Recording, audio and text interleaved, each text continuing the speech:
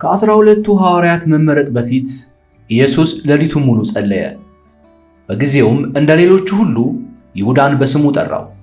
ለይሁዳ ከቀሪዎቹ 11 ሐዋርያት ጋር ተመሳሳይ ሥልጣን ሰጠው። በገንዘብም ላይ አምኖ ሾሞታል። ለ3 ዓመታትም አጠገቡ አቆየው። ነገር ግን መጨረሻው እንዴት እንደሚሆን ያውቅ ነበር።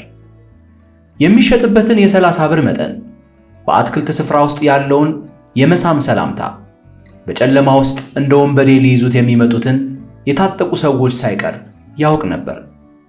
ይህ በመጽሐፍ ቅዱስ ውስጥ ካሉት በጣም ከባድ ጥያቄዎች አንዱ ነው። ትንቢቱ ስለተነገረ ይሁዳ ኢየሱስን አሳልፎ እንዲሰጥ ተገዶ ነበርን? ምርጫ ከሌለው ለምን ተወቀሰ? ነፃነቱ ከነበረውስ ኢየሱስ ለምን መረጠው? ለምን እግሩን አጠበ? ለምን እስከ መጨረሻው ሰዓት ድረስ በሩን ክፍት አደረገው? ትክክለኛው ምስጢር ኢየሱስ ይሁዳን የመረጠበት ምክንያት አይደለም። ይሁዳ ኢየሱስ ሁሉን ከሰጠው በኋላ አሳልፎ መስጠትን የመረጠበት ምክንያት ነው። ጥያቄው ይህ ነው። በዛሬው ቪዲዮአችን ይህንን እንመረምራለን።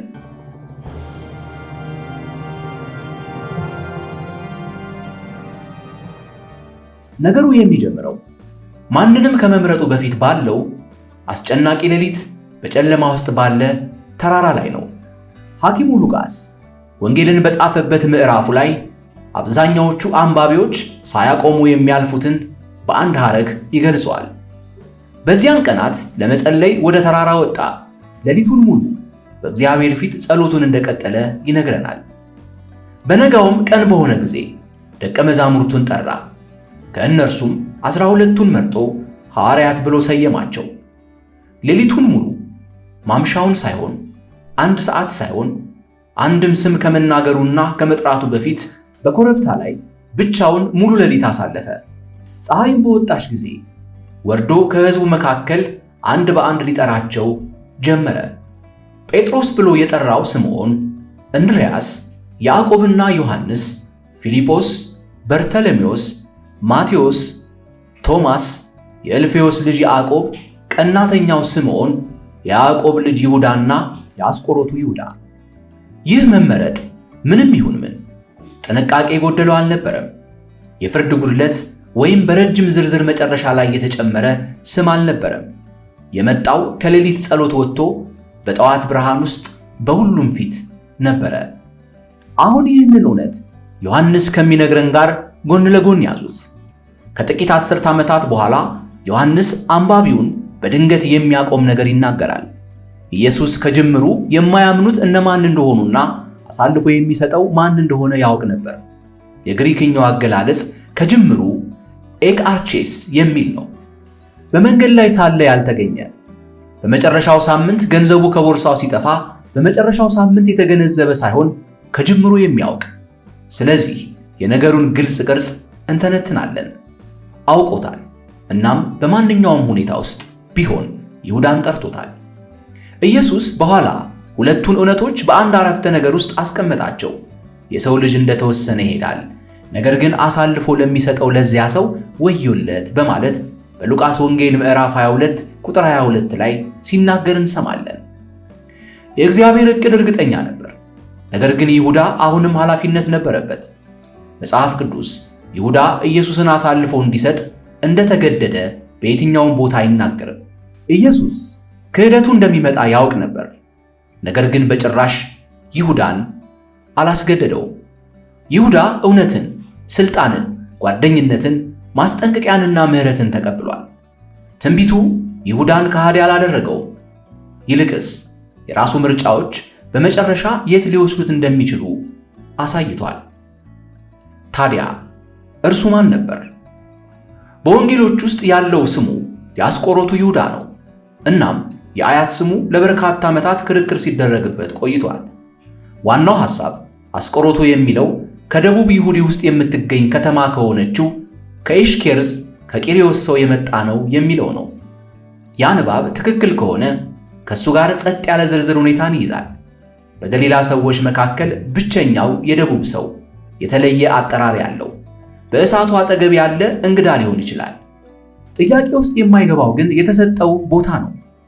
ይሁዳ አብሮ በሚጓዙ ሰዎች ቡድን ውስጥ የገንዘብ ከረጢቱን ይዞ ነበር። ይህ ደግሞ እርሶ ለሚያምኑት ሰው የሚሰጡት ሚናና የወዳጅነት ስፍራ ነው። በእርግጥ ይሁዳ ገንዘቡን ጠብቋል፣ ግዢዎችን አድርጓል፣ ለድሆችም አከፋፍሏል። ኢየሱስ በመጨረሻ ወራት ላይ ለበዓሉ የሚሆን ነገር ለመግዛት ስለማውራት ሲናገር ሌሎቹ የሚያስቡት ከይሁዳ ጋር እንደሚነጋገር ነበር። ከውስጥ ሲታይ የዕለት ተዕለት ሚናው እንደዚያ ነበር። ተመልካች አልነበረም፣ የሩቅ ሰውም አይደለም።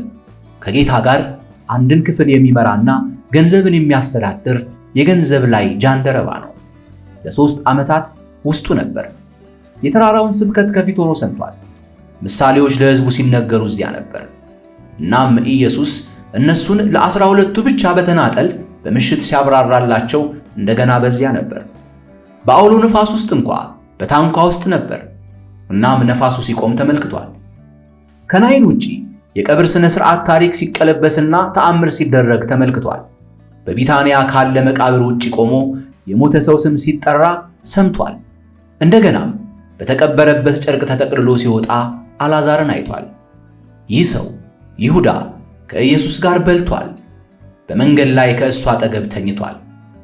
ማንም ሕዝብ በማይኖርበት ጊዜ ኢየሱስ እንዴት እንደሚጸልይ አይቷል። ጸሎቱንም ሰምቷል። ደክሞ አይቶታል።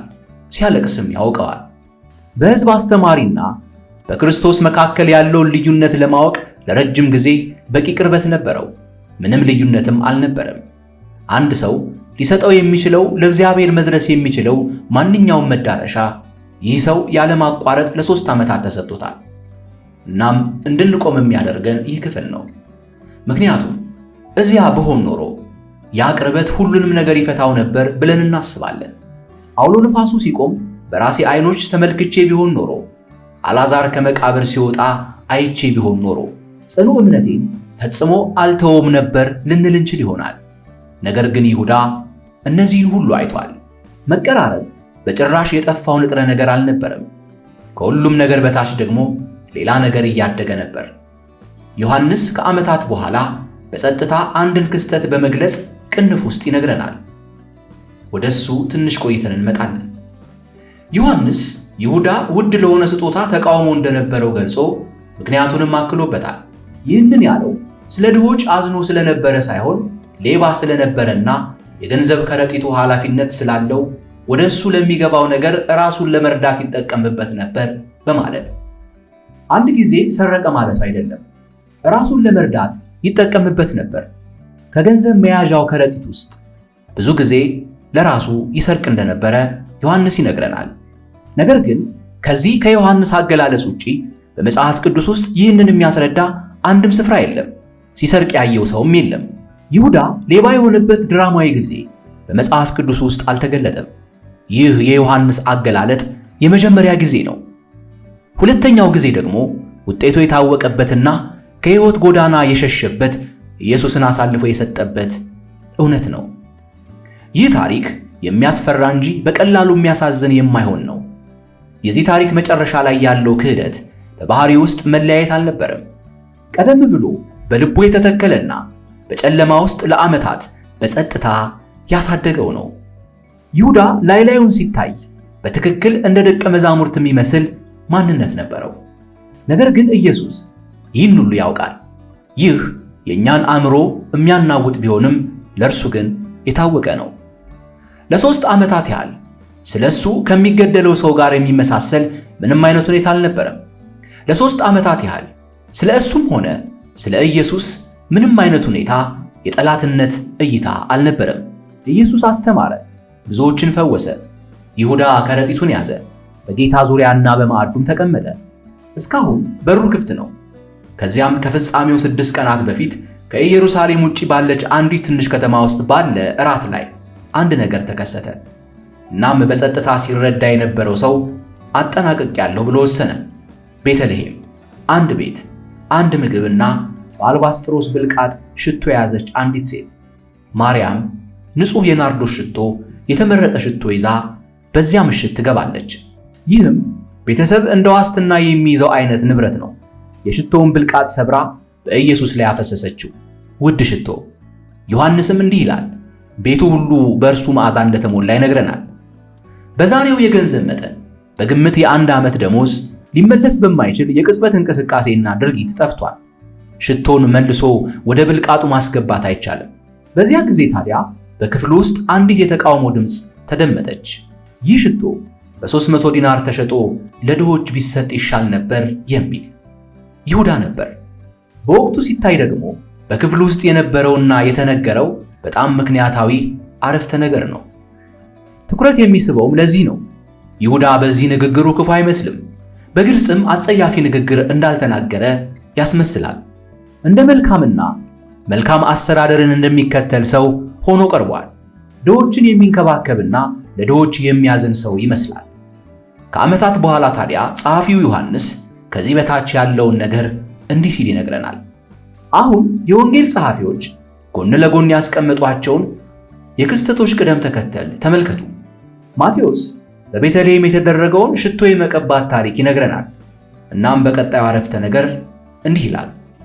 ከዚያም ከ12ቱ አንዱ ስሙ የአስቆሮቱ ይሁዳ ወደ ሊቀ ካህናቱ ሄደ፣ ለ3 ዓመታት ከእርሱ ጋር የነበረውን ፍቅር በመሳም አሳልፎ ሊሸጥ። ጽሑፉ ይህንን ቅደም ተከተል ይሰጠናል። ሂደቱን ግን አይነግረንም። አንድ ሰው ወጥቶ ሄደ ይለናል። እንዲህም እንደሚያደርግ አይናገርም። ነገር ግን ይሁዳ ኢየሱስን ከመሸጡ በፊት ያየው የመጨረሻ የተመዘገበ ነገር አንድ ሰው በምላሹ ምንም ሳይጠይቅ ሁሉንም ነገር ሊሰጠው መሆኑን እንግዳና አስተዋጽኦ ያለው እውነት ነው። ነገር ግን ይሁዳ ኢየሱስን ከመሸጡ በፊት ወደ ካህናቱ ዘንድ ሄዶ ይጠይቃል። እኔ እርሱን አሳልፌ ብሰጣችሁ በምትኩ ለእኔ ምን ትሰጡኛላችሁ? ይላል። እዚህ ጋር ቆም እንበል።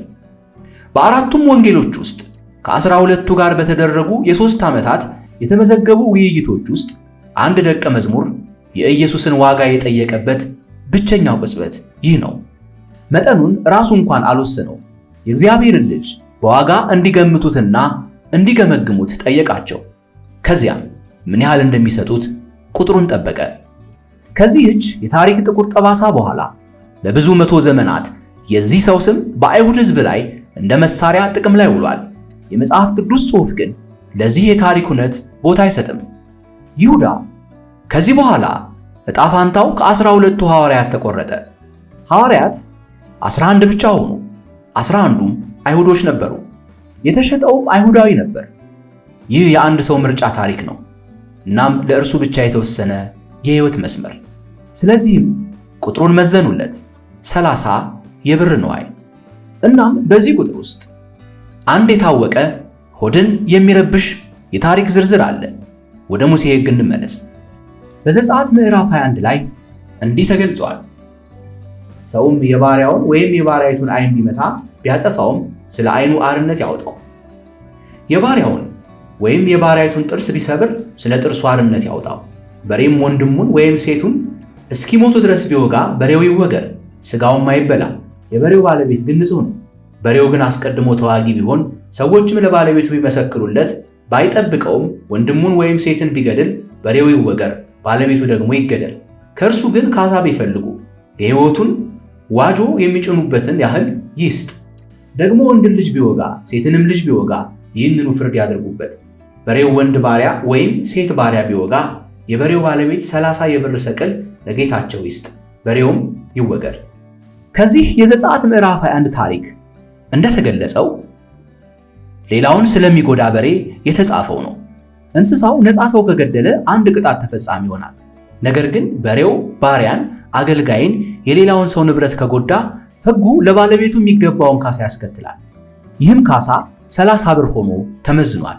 የባሪያ ዋጋ ታዲያ ይሁዳ 30 ብር ኢየሱስን ለመሸጥ የተስማማው ከዚህ የሚመዘዝ ታሪክ ነው። 30 ሰቅል የሞተ ባሪያ ሕጋዊ ዋጋ ነበር እንጂ የመምህር ቤዛ አልነበረም። የሚፈለግ ሰው የሚወጣበት መጠን አልነበረም። የወደመ ንብረት የተስተካከለ ሕጋዊ ካሳ ነበር። እናም ቁጥሩ ከዚያች ሌሊት በፊት ባሉት 100 ዘመናት ውስጥ በሚያስደንቅ ትክክለኛነት በአንድ ተጨማሪ ክፍል ውስጥ ይታያል። ነቢዩ ዘካርያስ ውድቅ የተደረገ እረኛ ሚናውን እየተጫወተ ሰዎችን ደሞዙን ይጠይቃል። እናም 30 የብር ነዋይ ይመዝናሉ። እግዚአብሔርም እንዲህ ይለዋል፣ በእነሱ የተመሰገንኩበትን የጌትነት ዋጋ ለክፍያው ሰጪው ጣለው። በዚህ ሐረግ ውስጥ ያለውን ንቀት የጌትነት ዋጋ በቅዱሳት መጻሕፍት ውስጥ አስቀድሞ የተጻፈ ትንቢት ይመስላል። ጌታ በ30 ብር ተሸጠ። ዘካርያስም ብሩን ወስዶ ወደ እግዚአብሔር ቤት ለገንዘብ ሰጪው እንዲጥል ታዘዘ። 3 ዝርዝሮች፣ 3 ታሪኮች እና መጠኑ። የወንጌል ጸሐፊው ማቴዎስ በመጨረሻ ብሩን በቤተ መቅደስ ውስጥ እንደጣለና ካህናቱ ደግሞ ይህንን የሸክላ ሰሪውን መሬት እንደገዙበት ለመጻተኞች መቃብር ይሆን ዘንድም እንዳደረጉት የስፍራውም ስም አኬልዳማ ተብሎ እንደተጠራ ይነግረናል። እነዚህ 3 ታሪኮች እያንዳንዳቸው የ30 ብሩን እውነት ያስረዱናል። ይህ እውነት የመጽሐፍ ቅዱስ አጥኚዎች ለረጅም ጊዜ ጥናት ያደረጉበትና ጥያቄ ያደረጉት ጉዳይ ነው። እናም እውነተኛ መልሶችን አግኝተዋል።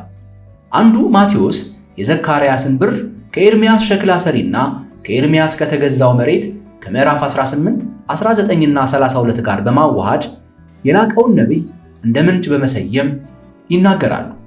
በዓለም ውስጥ የተለመደ ልማድ። ከዚህ ውጪ ሌሎች ሐሳቦችም ይጠቀሳሉ።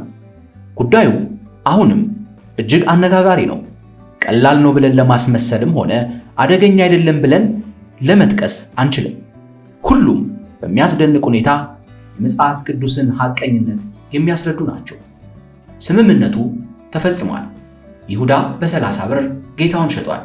ከዚህ ቅጽበት ጀምሮ ማቴዎስ እንዲህ ይላል፣ ይሁዳ አሳልፎ ለመስጠት ጥሩ አጋጣሚ መፈለግ ጀመረ። እያንዳንዱ ከዳተኛ ሰው አሳልፎ የሚሰጥበትን ክዳቱን የሚፈጽምበትን ጊዜ ይጠብቃልና። ከኛ መካከል አብዛኛዎቻችን የእኛን ከፍ አድርገን በግልጽ አንናገርም። በዚህ ታሪክ ውስጥ አንድ ሰው ለኢየሱስ ዋጋ አወጣ። ይህንን አጥብቃችሁ ተመልከቱ። ሳምንቱ ከማለቁ በፊት ኢየሱስ ለእርሱ ምን ስም እንዳወጣለት እንመለከታለን። ስምምነቱ ተፈጽሞ ነበር። ብሩ ተቆጥሮ ነበር። ይሁዳ ወደ ሰገነቱ ገብቶ ብሩን ሲቆጥር እንመለከታለን። በዚህ ክፍል ውስጥ የሚሆነው ነገር ሁሉ የሚሆነውን ኢየሱስ ያውቃል።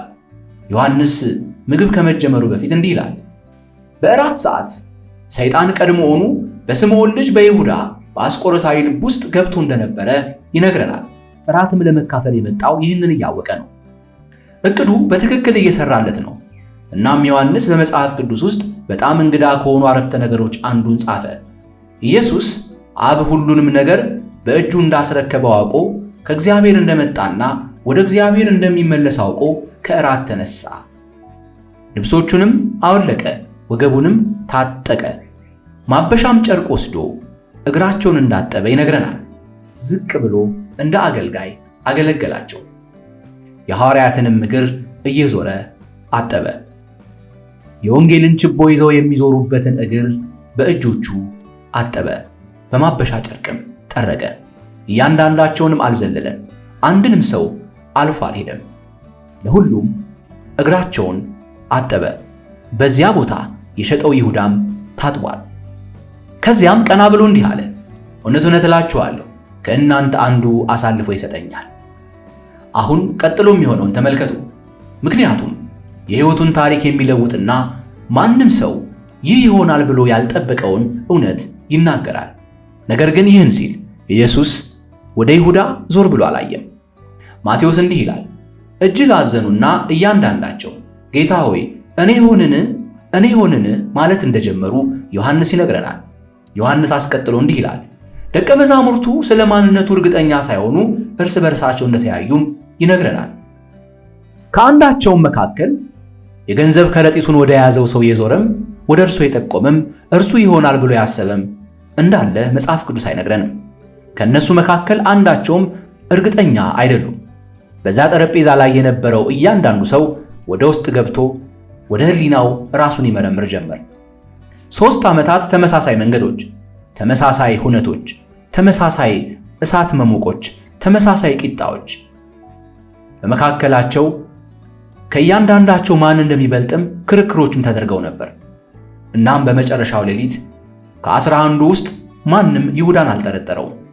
ይህ ማለት ስለ ኢየሱስ በግልጽ የሚናገር የሚያውቅ ማን አለ? ከቶን የሚያውቅ የለም። ኢየሱስ ግን ያውቃል።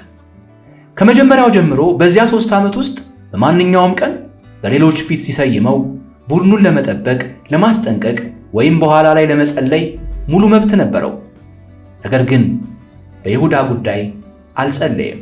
በይሁዳ ጉዳይ አንዲት ቃል አልተናገረም። የሰጣቸው ማስጠንቀቂያዎች ግን እውነተኞች ነበሩ፣ ነገር ግን የተሸፈኑና ግላዊ ነበሩ። በአንድ ሕሊና ላይ ብቻ ያነጣጠሩ ነበሩ። ከእናንተ አንዱ ሰይጣን ነው፣ ከእናንተ መካከል እኔን አሳልፎ ይሰጠኛል። እነዚህ ማስጠንቀቂያዎች ነበሩ፣ ነገር ግን ከማንም ሰው ጋር የተያያዙ አይደሉም። ይህንን ሁሉ የሚያውቀው እርሱ ኢየሱስ ነው። ንጹሕ ናችሁ፣ ግን ሁላችሁም አይደላችሁም።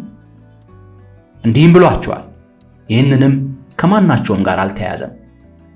ይሁዳ እነዚህን ሁሉ ነገሮች፣ እነዚህን ሁሉ ማስጠንቀቂያዎች ሰምቷል። ማንም ሰው ማንን እንደሚያመለክት ግን አያውቅም ነበር። ያንን ዕውቀት ለ3 ዓመታት ብቻውን ተሸክሞ ኢየሱስ ብቻ አብሯቸው ነበረ። እስከ መጨረሻ የሕይወቱ ፍጻሜ፣ እስከ መጨረሻዋ ሌሊት ድረስ ኢየሱስ የይሁዳን ስም አልጠራም። አሳልፎ እስኪሰጠው ድረስ ፈቀደለት። ይህን ሁሉ አስቡ። ኢየሱስ ሁሉን ያውቃል። የይሁዳን ማንነት ያውቃል። የእያንዳንዱን ሐዋርያት ማንነት ያውቃል። መዳረሻቸውንና ፍጻሜያቸውን ያውቃል። ይሁዳ ስለ ድሆች በተናገረ ቁጥር ኢየሱስ የውስጡን ሐሳብ ያውቃል።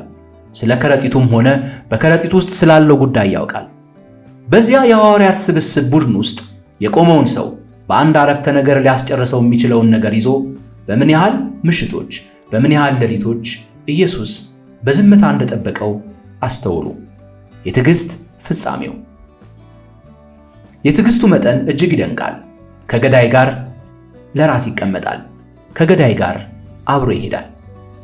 ራሱን ለመጠበቅ አይሞክርም፣ ራሱንም አይጠብቅም። ነገር ግን ሌሎችን ያስጠነቅቃል። አንድን ሰው ለራሱ ጥቅም የሚያጋልጥ የፍቅር አይነት አለ። እናም እንዲመለሱ ዕድል ለመተው እስከ መጨረሻው ደቂቃ ድረስ የሚሸፍን ሌላ አይነት ፍቅር አለ። ይህንን ፍቅር ኢየሱስ በትክክልም ኖሮታል። ይህ እጅግ አስደናቂ ነበር። በዚያ ጠረጴዛ መካከል ከነበሩት 11 ባዶ ፊቶች የዚህ ማረጋገጫ ናቸው፣ የኢየሱስ ፍቅር ማሳያዎች። ከነርሱ መካከል ግን አንዱ ፍቅርን ገፍቶ ከፍቅር ጎድሎ ወጥቶ ሄዷል። ኢየሱስን በ30 ብር ዋጋ ሊመነዝር እና በጠረጴዛው ላይ አንድ ተጨማሪ ነገር አለ። ማን እንደሆነ ይጠይቁታል። እርሱም እንዲህ አለ፣ ከጽዋው ዳቦውን አጥቅሼ የምሰጠው እርሱ ነው አለ። ዳቦውንም አጥቅሶ ለይሁዳ ሰጠው። በዚያ ጠረጴዛ ላይ ምልክቱ ምን እንደነበር ተረዱ። አሳልፎ የሚሰጥህ ማን ነው ባሉት ጊዜ ይህንን አድርጓል። ኢየሱስ አሳልፎ ሰጪውን በለየበት በዚያው ቅጽበት የማወቂያው ምልክት ደግነትን አደረገ። እርሱ ደግ እያደረገ አሳልፎ የሚሰጠው ማን እንደሆነ ጠቆመ። በዚያ ማዕድ ላይ ከፊት ለፊት ከፍ ብለው ተቀምጠው ቢሆን ኖሮ የተደረገውን መጋለጥ አላዩም ነበር። ያስተዋሉት አስተማሪው ለይሁዳ ምርጡን ሰላምታና ምርጡን በጎነት እየሰጠ መሆኑን ነው። ከነርሱ አንድም ያስተዋል አልነበረም። እንዳከበረው ነበር የሚያውቁት። ለእሱ የነበረው የመጨረሻው የሕዝብ ፊት ተግባር አክብሮት ነበር። ኢየሱስ በሐዋርያት ፊት በእጆቹ ቆርሶ ከዋንጫው ነክሮ ለእርሱ ሰጠው። ይሁዳ ግን አሳልፎ ሰጠው። እናም ዮሐንስ በምዕራፉ ውስጥ በጣም ጨለማውን አረፍተ ነገር ይጽፋል። ቁራጩን ከወሰደ በኋላ ሰይጣን ገባበት። ያ በሩ ከውጭ ሳይሆን ከውስጥ የሚዘጋበት ቅጽበት ነው። ከኢየሱስ ጋር ያለውን ግንኙነት ያቋረጠበት ቅጽበት። እናም ኢየሱስ ምን እንዳለው ሰሙ። ተግሳጽ አይደለም፣ ጋኔን ማውጣት አይደለም፣ ምልጃም አይደለም። የምታደርገውን ፈጥነህ አድርግ አለው። በኃይል አልያዘውም፣ ነገር ግን ለፈቃዱ ሰጠው።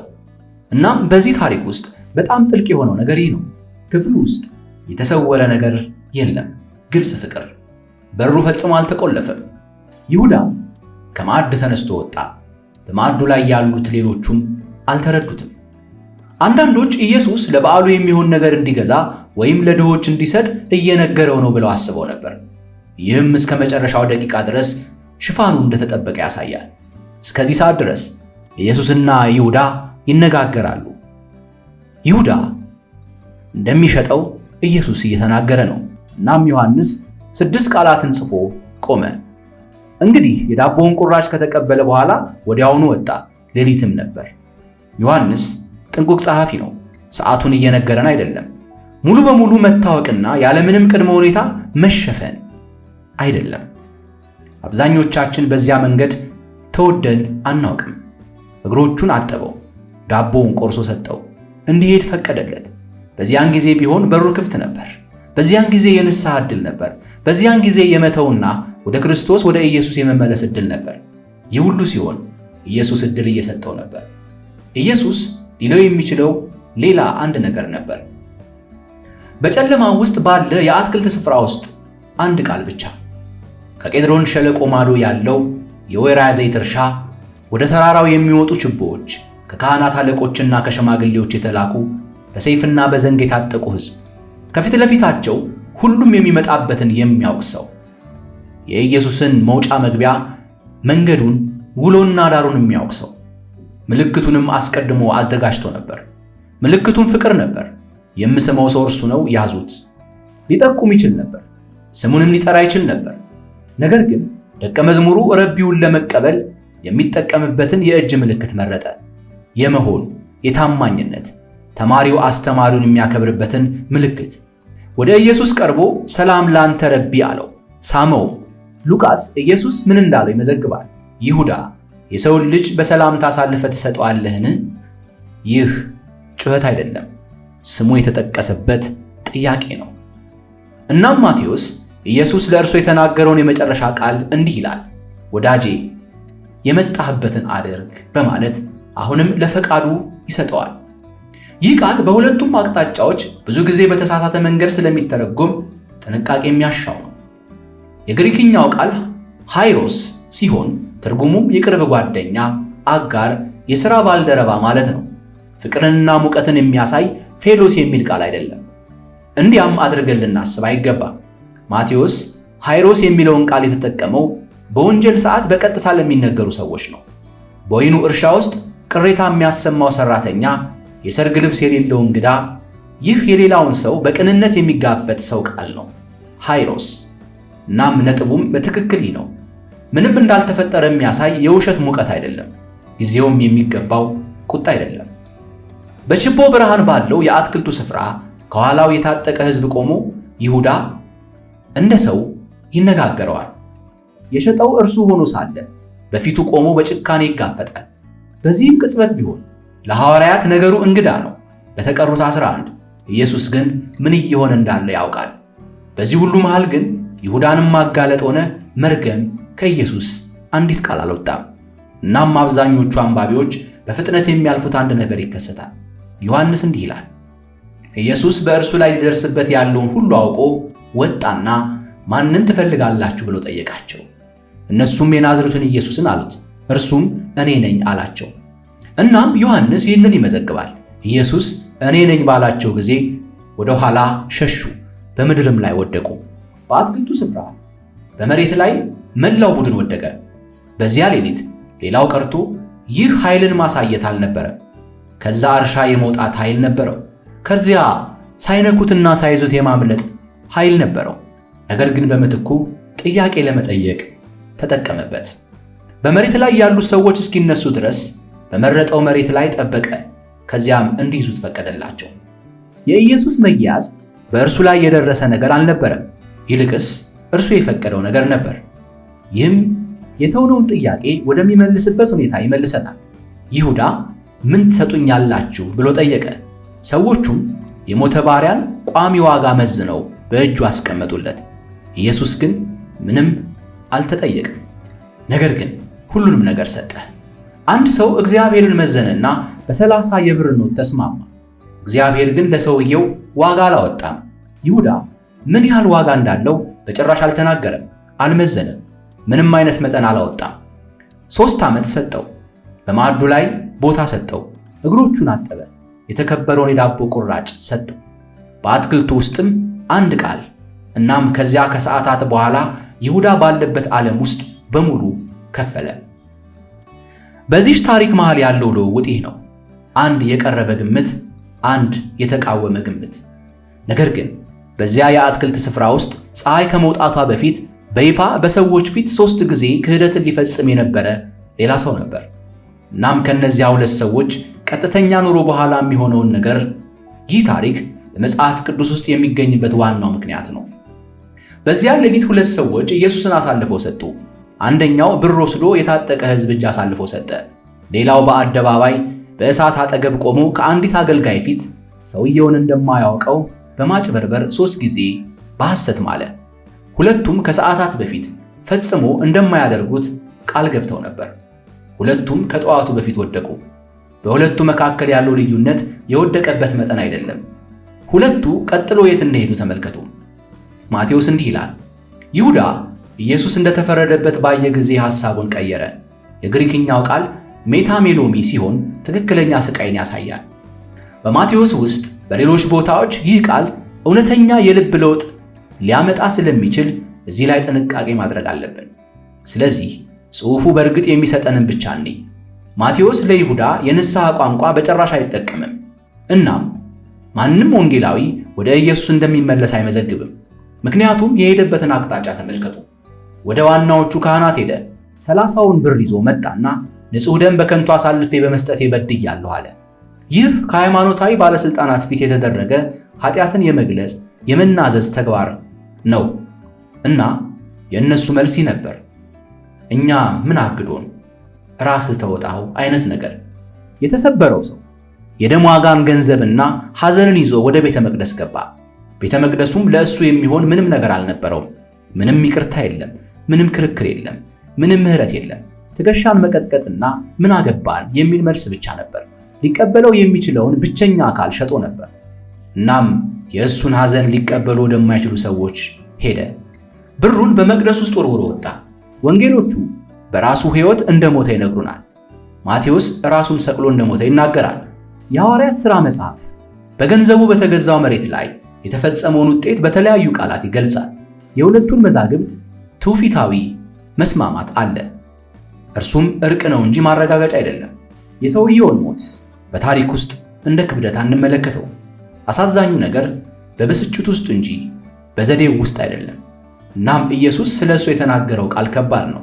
ለዚያ ሰው ወዮለት፣ ባልተወለደ ይሻለው ነበር የሚል። ይህ የልቅሶ ቋንቋ ነው። ወዮለት። መጽሐፍ ቅዱስ ለአንድ ድርጊት አስፈሪነት ያለው በጣም ጠንካራ የለቅሶ አይነት ነው። እኛም አናቀለውም። ነገር ግን መጽሐፍ ቅዱስ እምቢ የሚለውን አድርገን በሰው ነፍስ ላይ የመጨረሻውን ውሳኔ አናስተላልፍም። ያ ፍርድ ለእኛ ፈጽሞ አልተሰጠንም። አሁን ወደ ሌላኛው መንገድ እንሂድ። ጴጥሮስ ከሦስተኛው ክህደት በኋላ በአደባባይ በከፍተኛ ሁኔታ አለቀሰ። ሁለቱ መንገዶች ተመሳሳይ የሚመስሉት እዚህ ላይ ነው። ሁለቱም ሰዎች ተሰባብረው ነበር። ጴጥሮስ ከጌታ ጋር በተያየበት ቅጽበት ሐዘን ወደ ልቡ ከብዶ ነበር። ሁለቱም ያደረጉትን በትክክል ያውቁ ነበር። ነገር ግን ሁሉም ነገር ሲያልቅ ጴጥሮስ ወደ ሌሎቹ ተመለሰ። እናም ከቀናት በኋላ በማለዳ በባህር ዳርቻ ላይ ነበር። እናም እዚያ የሚቃጠል የከሰል እሳት ነበር። እርሱን በሚክድበት ጊዜ እጆቹን የሞቀበት አይነት እሳት። እናም ቁርስ። እናም 3 ጥያቄዎች። ትወደኛለህን? ትወደኛለህን? ትወደኛለህን? የሚሉ 3 ጥያቄዎች። ለእያንዳንዱ ክህደት አንድ ጥያቄ። እናም ከእያንዳንዱ በኋላ ቅጣት ሳይሆን ተልእኮ ተሰጠው። በጎቼን አሰማራ። ተመሳሳይ ሌሊት፣ ተመሳሳይ ውድቀት፣ ተቃራኒ አቅጣጫዎች። አንድ ሰው ጥፋቱን ሊኮንኑት ወደሚችሉት ሰዎች ወሰደው። ሌላው ደግሞ ይቅር ሊለው ወደሚችለው ብቸኛ ሰው መለሰ። እናም ይህ ከይሁዳ ጋር የሚያለያየው እዚህ ላይ ነው። እናም የዚህ የይሁዳ ታሪክ የሚያቆመው እዚህ ላይ ነው። ከጥያቄው በታች አብዛኛዎቹ ሰዎች በድምፅ የማይናገሩት አንድ ነገር አለ። የማደርገውን ነገር የሚያውቅ ከሆነ ለምን አሁንም ይጠራኛል? አሳልፎ እንደሚሰጠው የሚያውቀውን ሰው ጠራ። ሊክደው የሚችለውን ሰው ጠራ። ሌሊቱን ሙሉ ጸለየና ሁሉንም ስሞች ጠራ። ታዲያ ምን ይሆን? ጥያቄው አንተ አትክደውም ወይ የሚለው አይደለም። ትክደዋለህ፣ እንክደዋለን። ሁላችንም፣ ሁላችሁም። በዚያ ታሪክ ውስጥ ያሉ ሁሉም ሰዎች ፀሐይ ከመውጣቷ በፊት ሁሉም አደረጉት። ጥያቄው ሲያጋጥምህ የት ትወስደዋለህ የሚለው ነው። ምክንያቱም በሩን ክፍት ማድረጉ በጭራሽ አላቆመም።